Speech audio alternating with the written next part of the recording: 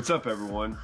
We got a new video, crow edition, apparently, because we got some crows making a bunch of noise in the background. I'm about to go blast off on some, apparently. I was messing around, I guess, on social media, answering some questions, doing some things, and something popped up. It was an old picture, back from June or something like that, that the Texas Team Trail had posted. And what it was it was a front deck. It was a front deck of, I believe we were in Russell's boat. I guess I probably would have recognized it was our stuff eventually, but I definitely recognized my foot because I recognized my shoe.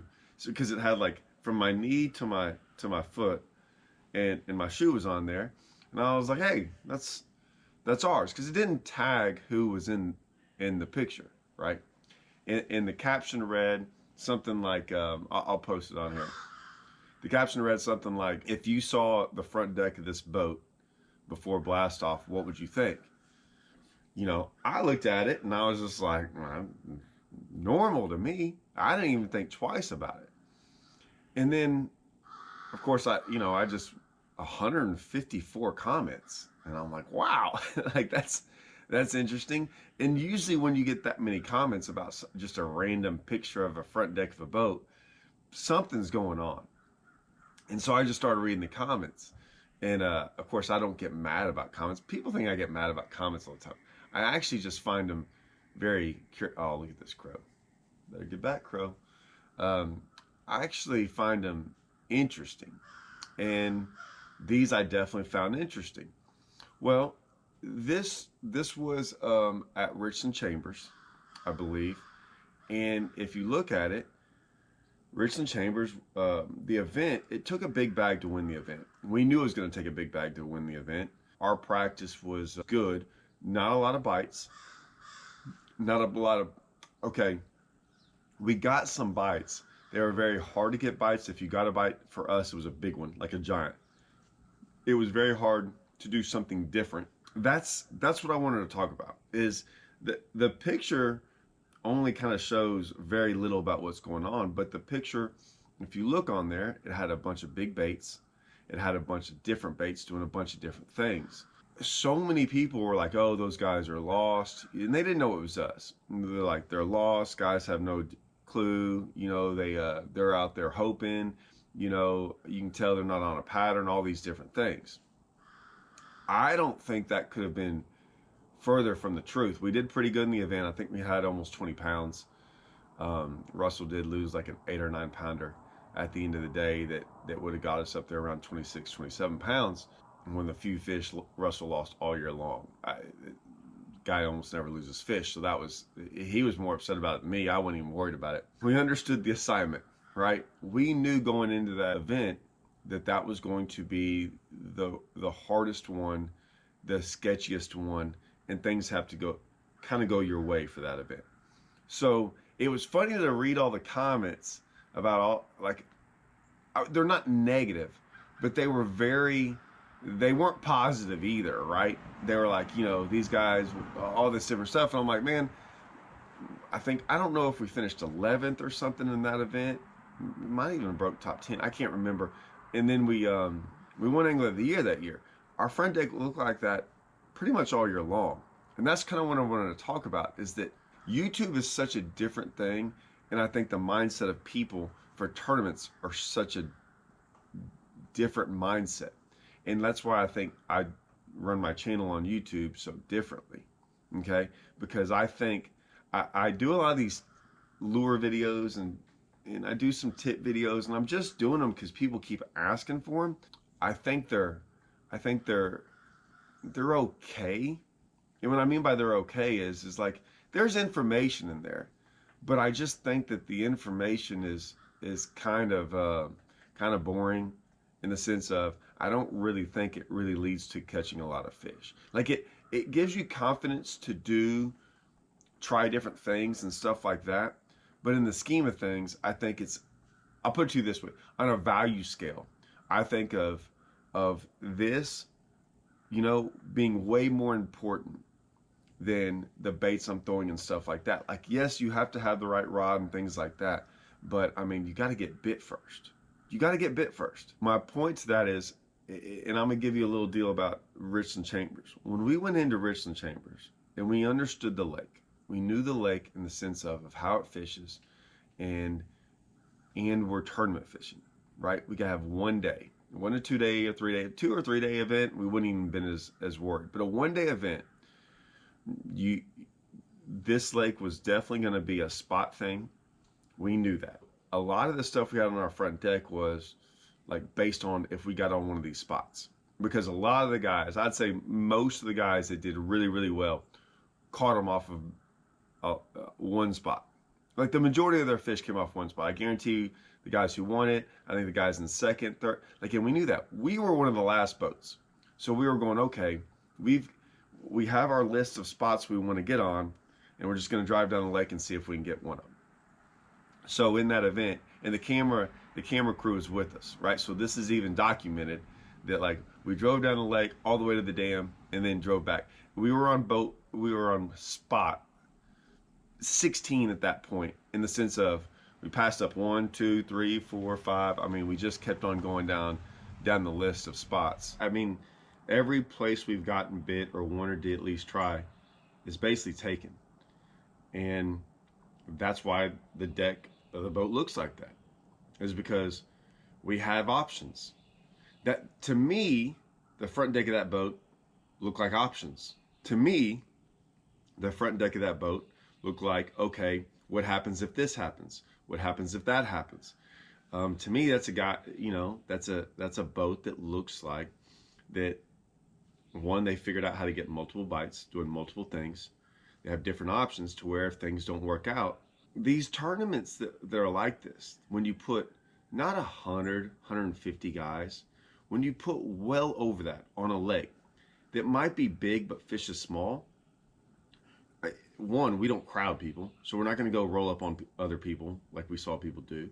You know, we're always going to try to, you know, get our own thing going. That's what a front deck of the boat looks like. So even in the footage, you see us, we roll around, and what happened is like all these other places, we were like, man, if everything else fails, like I said, we were the last boat. We're like, man, Russell, we had gone down there and practiced for like 1 day. There was like an off-the-wall chance we could get the bite on the bank going a little bit. We didn't want to. We didn't think we could win that way. But at least we could salvage, right? Because, you know, the last boat number, one of the last boat, it killed us on that lake. That, like, of all the lakes, that was the one that we didn't want the last boat number, and that's what we got. But we dealt with it, right? And so Russell had found a little shad spawn thing going, and so we went there. He knew exactly where to go, what to do.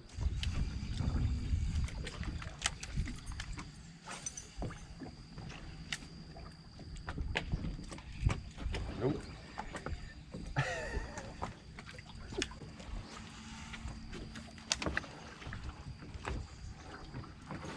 It's a bass.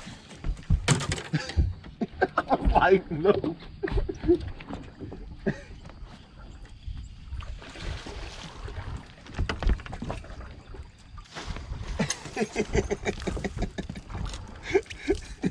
When it took off, I was like, nope, that ain't no bass. You didn't think so either, did you? Oh, heck no. I was ready to start just ripping on it. Yeah. It ripped out just like a big old hybrid. Caught a big one, right? Then that was on what, a spinnerbait. And then 30 minutes later, boom, I catch one on a popping perch, on a frog.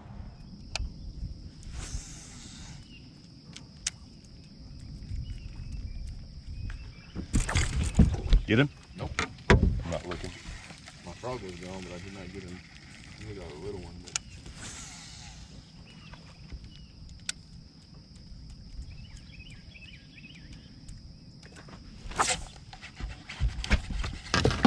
let's catch up reel. Oh, no, it's a big one. Did you think he was that big? Not at all. God. I thought he was like a 2-pounder. But that's a 6.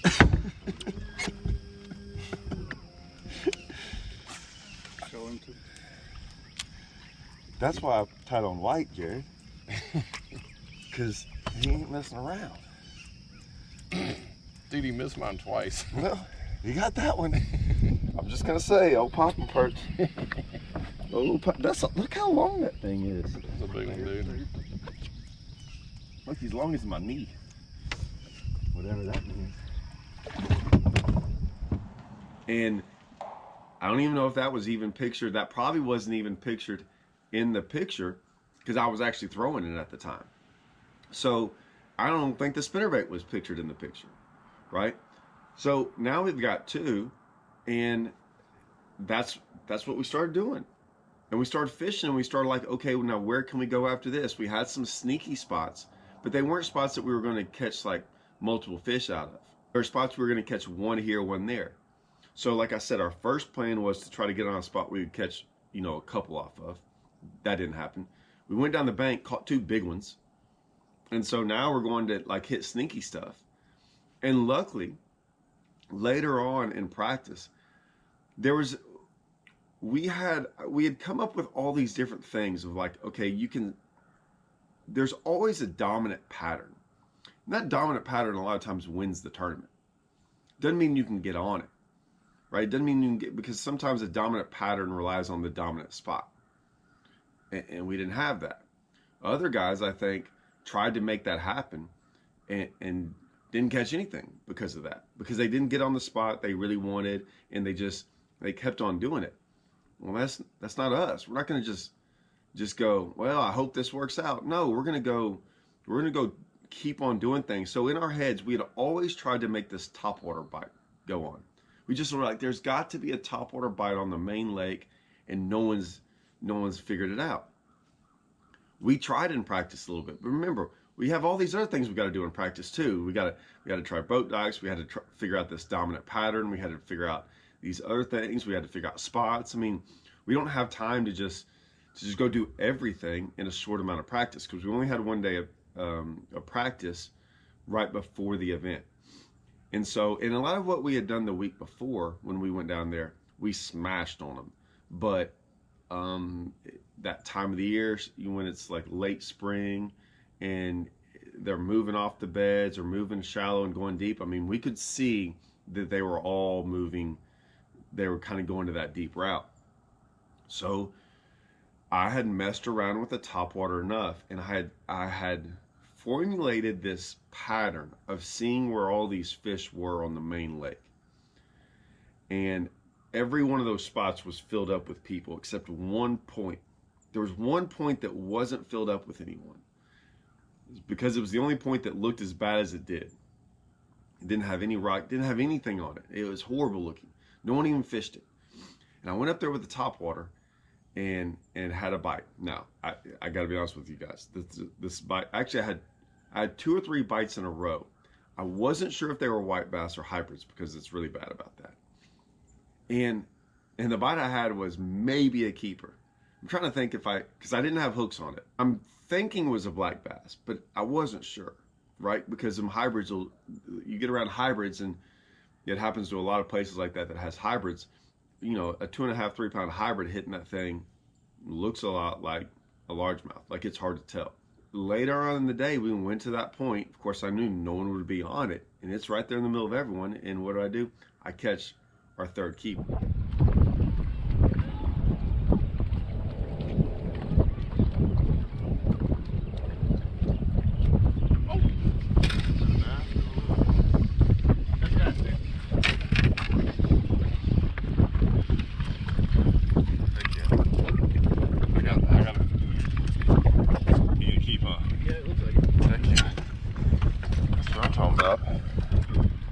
We knew at this point, we had been to Richland Chambers before.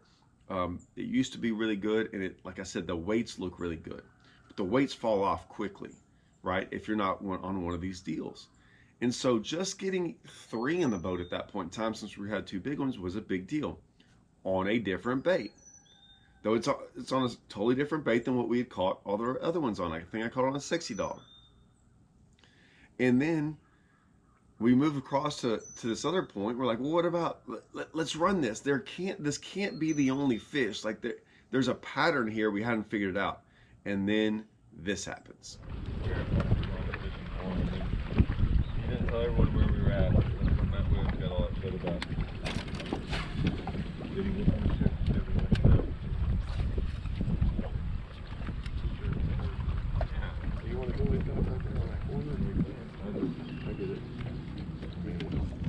Oh, got him, dude. Big one, dude. Come on, come on, come on, come on.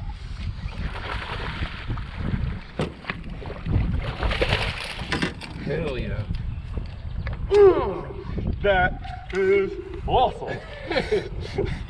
How about that? Did not expect that, did you?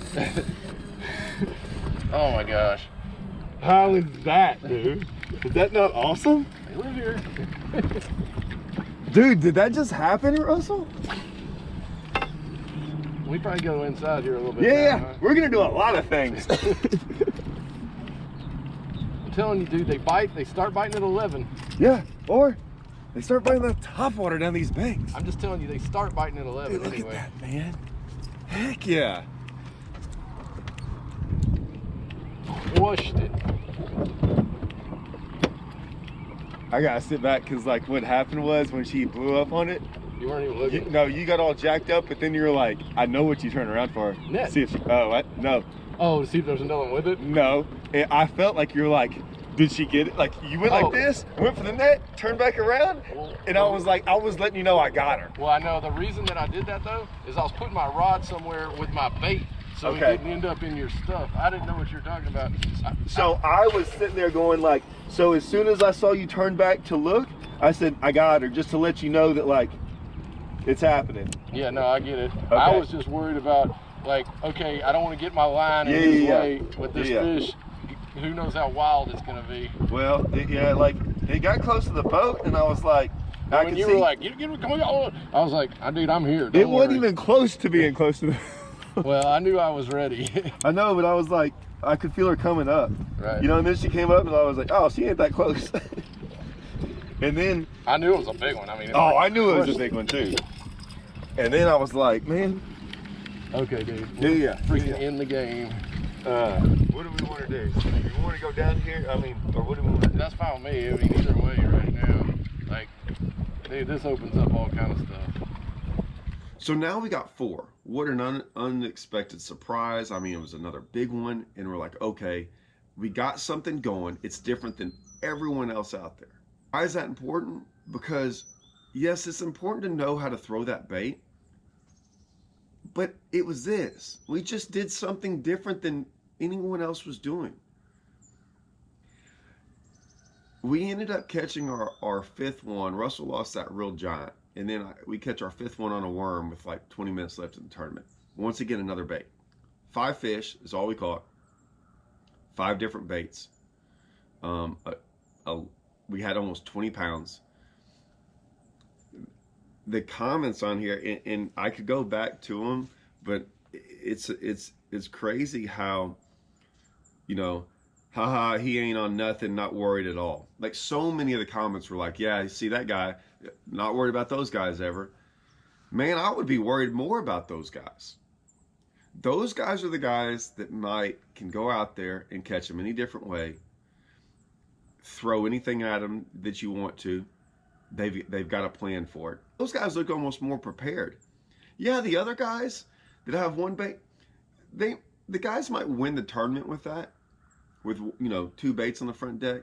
Those are probably also the guys that you see income with 0 a lot, because they got nothing else going on. I'm more scared of the guy that's like, okay, he's got a couple things going on, so he could win a tournament a couple different ways. It's just a different way to look at it. The problem with a lot of this stuff is, like I said, I still think mentality is more important than all the baits and rods and reels and things. I think on YouTube, I would say 90% of the people care more about rods, reels, baits, and lines and all that stuff. And I think they should be caring more about the mentality part of it. And now I'm saying like keeping your head into it. Not that. That's for show a lot of times. That's like rah, rah, rah, let's go, do all that stuff. I mean, okay. I mean, that's not going to catch you a fish. That's not gonna keep you. I mean, if you're not excited and pumped up to go fishing, and you know, you get discouraged out there in the water. I mean, guys, it's fishing. Like, it's freaking fun. I love it. With the mentality I'm talking about is the thinking game. It's like the thinking game. It's like outsmarting the fish. And when I say the fisherman, doing something different than other fishermen, outsmarting them, figuring out something different and looking at it through a different lens. I think that's what we're good at. I think that's what's the most important thing. I think that's how you grow in fishing. I don't think just because you figured out a different rod to throw a bait on, or you threw this magical bait. There's no magic baits. They all come back to normal eventually. And so the other keeps getting better. Your head, that keeps getting better. And I think on YouTube, it's the one thing to this day on YouTube, I think there's some guys willing to put some stuff out there. I know I am. I just don't think guys think it's that important.